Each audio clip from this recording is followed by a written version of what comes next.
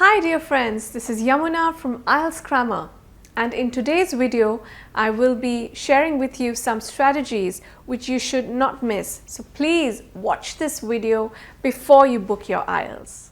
If you want to crack your IELTS, please subscribe to our channel and hit the bell icon to never miss any updates.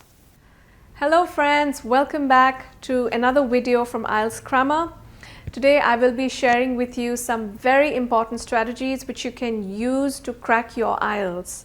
So my usual format is that I would present you with the tips and then I would give you an assignment that's in my weekly assignment section, and in the end I would also be sharing my personal experience. If it helps you, I will be so happy. So please stay tuned. Now the IELTS, or the International English Language Testing System, now it is a tough, challenging test. So my tip number one to you is never give up. So I know people who have written the IELTS for 5 times or 10 times or are still striving for more because they have not been able to get the score that they want. So it is definitely a tough test, but the key is that you don't have to give up. You really have to understand what is the marking criteria for this test, what they are exactly looking for in your answers, and how you can target achieving those answers. So for that you need to first understand the marking criteria of each section. So I have linked the public version of the writing and speaking criteria also below. That will help you to just get an idea of what exactly the examiners are looking for. My tip number 2, which is very important, is you need to know what's your desired score. So you need to aim for a desired score. Because if you don't know what's your score or what band you need in your IELTS, you won't be able to prepare.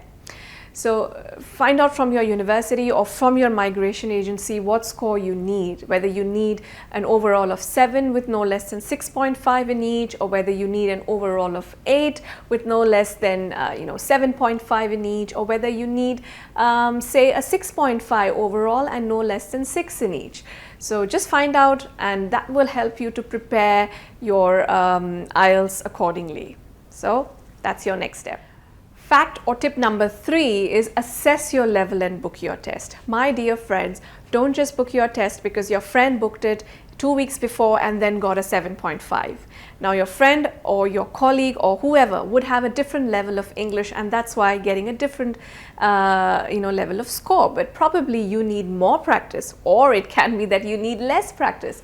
So you need to assess your level of English. Now how would you do that?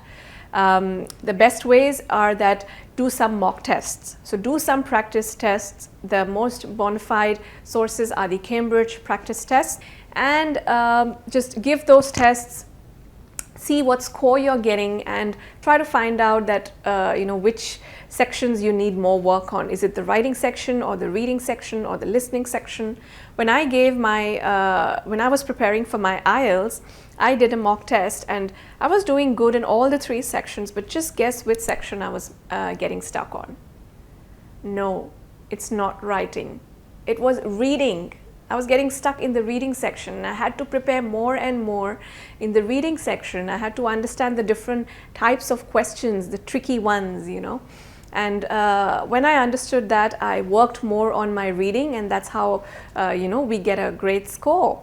So do some mock tests, try to understand what's your level. If you're getting scores less than 6 or 6.5 in each section, then you definitely need a month of preparation. If you're getting around say 7 or 7.5, at least 3 weeks of full preparation.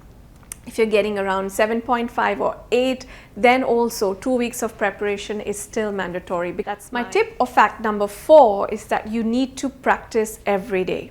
Yes, my dear friends, I cannot emphasize that more. You have to practice every day.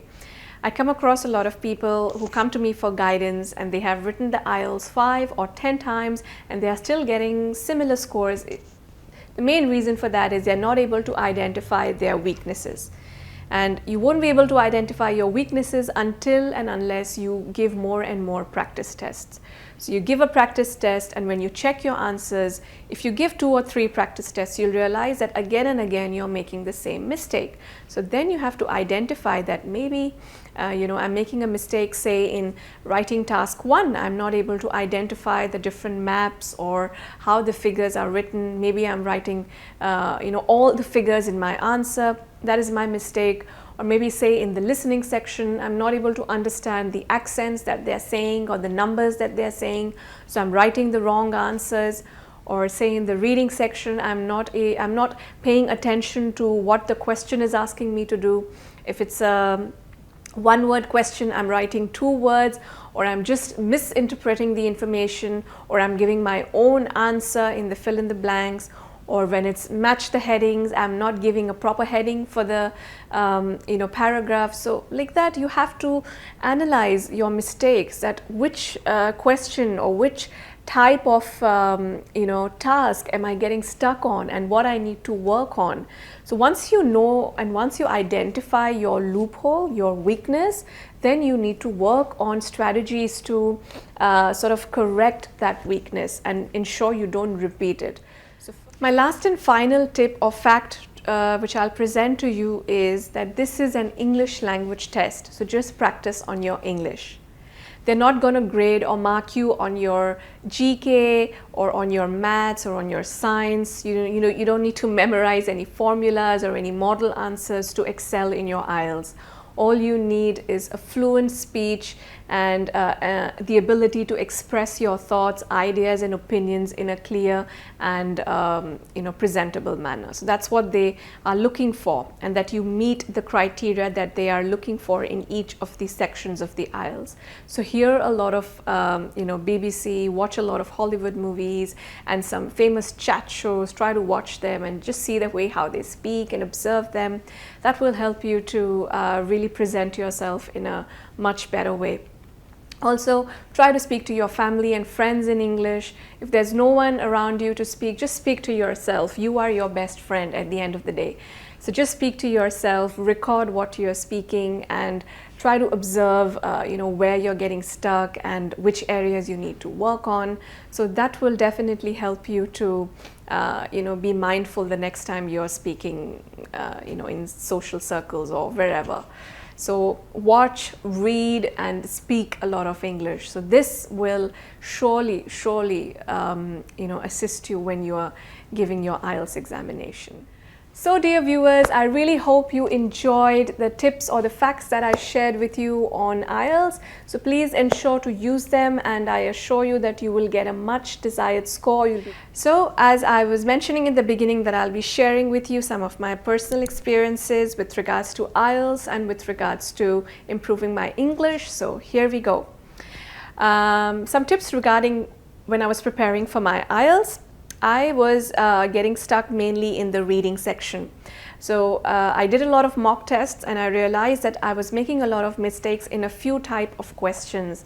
For example, the true, false not given, or the yes, no not given. Getting stuck between the false and the not given, because they are very close. They will sound very similar, and it's a very thin line to differentiate between whether it's a false or a not given. So I worked on that part really well, tried to understand and tried to alter my thinking and adapt what is the actual way to answer that question. And through that, I was then able to answer those questions really well and get a great score. So once again, try to do, I cannot emphasize this more, that you have to practice and you have to, understand which areas you're getting stuck on. Another part I was getting stuck was in my IELTS writing task 1, because I am not someone who's very good with numbers or with reading maps. I always get stuck even when I'm driving anywhere. If I have to follow a map and go to a direction, I usually just fumble, and I cannot very quickly understand the directions. So that's what happened even in the IELTS writing task 1, where you have to interpret information given in tables, charts, and summarize and bring out the main trends. So I understood that weakness, and I tried to then read a lot of sample answers and followed some references and some books from where I could then improve these of my skills. And gradually by doing a lot of practice, by having my answers reviewed from experts, that really improved my score. And I cannot tell, or I cannot again emphasize how important it is for you to understand which areas you need to work. And that way then you need to devise more time in practicing those areas which you are getting less marks on. So I'll conclude my video over here today with this message of good wishes on your IELTS journey. So I've given you some questions from a mock speaking test, and I want you to write the answers in the comment section below. So you can take 1 or 2 minutes to write your answers, and I will personally review and give you some feedback on those answers. So without any delay, here's your assignment.